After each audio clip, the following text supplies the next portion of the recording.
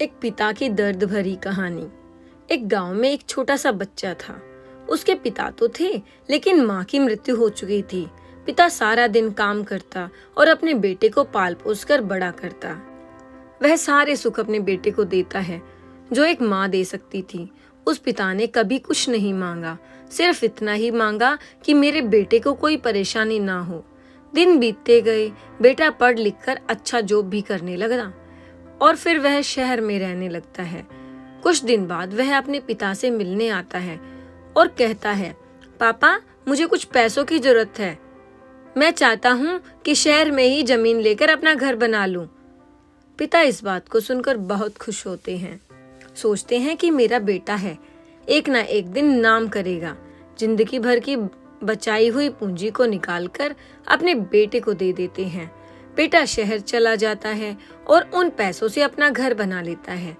पिता इधर इंतजार करता रहता है कि मेरा बेटा फिर से आएगा, एक ना एक दिन तो मेरे पास आएगा ही। जाएगा कहाँ? उसके पास अब कोई नहीं जाता था, क्योंकि ना ही अब उस पिता के पास पैसे थे और ना ही रहने की जगह थी। कुछ दिन बाद बेटा फिर लौट कर आता है और अपने पिता से कहता है, पापा अब आप दादाजी बनने वाले हैं। पिता को बहुत खुशी होती है। इस बात को सुनकर वह कहते हैं, तू मुझे मेरी बहू और पोते से कब मिलाएगा? बेटा कहता है, बस पापा थोड़े दिन और। पापा मुझे कुछ पैसों की जरूरत है, क्योंकि आजकल थोड़ा जॉब में खींच बीच हो रहा है, जिसके कारण से मुझे कुछ दिन के लिए सस्पेंड कर दिया गया है।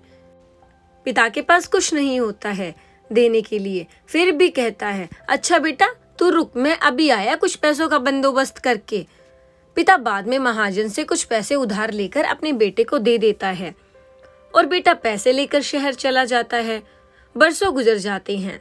पिता सोचते हैं कि मैं तो अब दादाजी बन गया हूँ, मेरा बेटा पता नहीं कब मेरे पोते को लेकर आएगा। फिर सोचने लगे, समय नहीं मिलता होगा, इसलिए मेरा बेटा अभी तक नहीं आया, वरना जरूर आता। तब तक महाजन 2-3 आदमी को लेकर उस पिता के घर आता है और कहता है कि आपके वादे के मुताबिक तो मैं पूरे 3 महीने बाद आया हूँ अपने पैसे लेने के लिए। पिता कहते हैं, मेरे पास पैसे नहीं हैं देने के लिए। महाजन कहता है, जब पैसे देने ही नहीं थे तो आपने मुझसे उधार क्यों लिया? तभी पिता कहते हैं, ठीक है रुको, मैं तुम्हारे लिए पैसों का बंदोबस्त करके आता हूँ। नजदीक अस्पताल में जाकर वहाँ अपना ब्लड डोनेट करते हैं और अपनी एक किडनी बेच देते हैं और उस महाजन का कर्ज छुटा कर देते हैं। किडनी बेचने के बाद उनकी स्थिति और भी खराब हो जाती है और वह उस राह में जी रहे थे कि मेरा बेटा एक दिन जरूर आएगा। इस आस में जीते जीते एक दिन पिता की मृत्यु हो जाती है, परंतु उस बेटे को अपने पिता को आग देना भी नसीब नहीं हुआ। दोस्तों, ऐसा कलयुग आ गया है कि पिता तो बेटे का दुख बिना बोले समझ जाता है, पर बेटा जानबूझकर भी पिता का दुख समझने की कोशिश भी नहीं करता। धन्यवाद दोस्तों। अगर आपको कहानी अच्छी लगी हो तो वीडियो को लाइक करें और चैनल को सब्सक्राइब करना ना भूलें।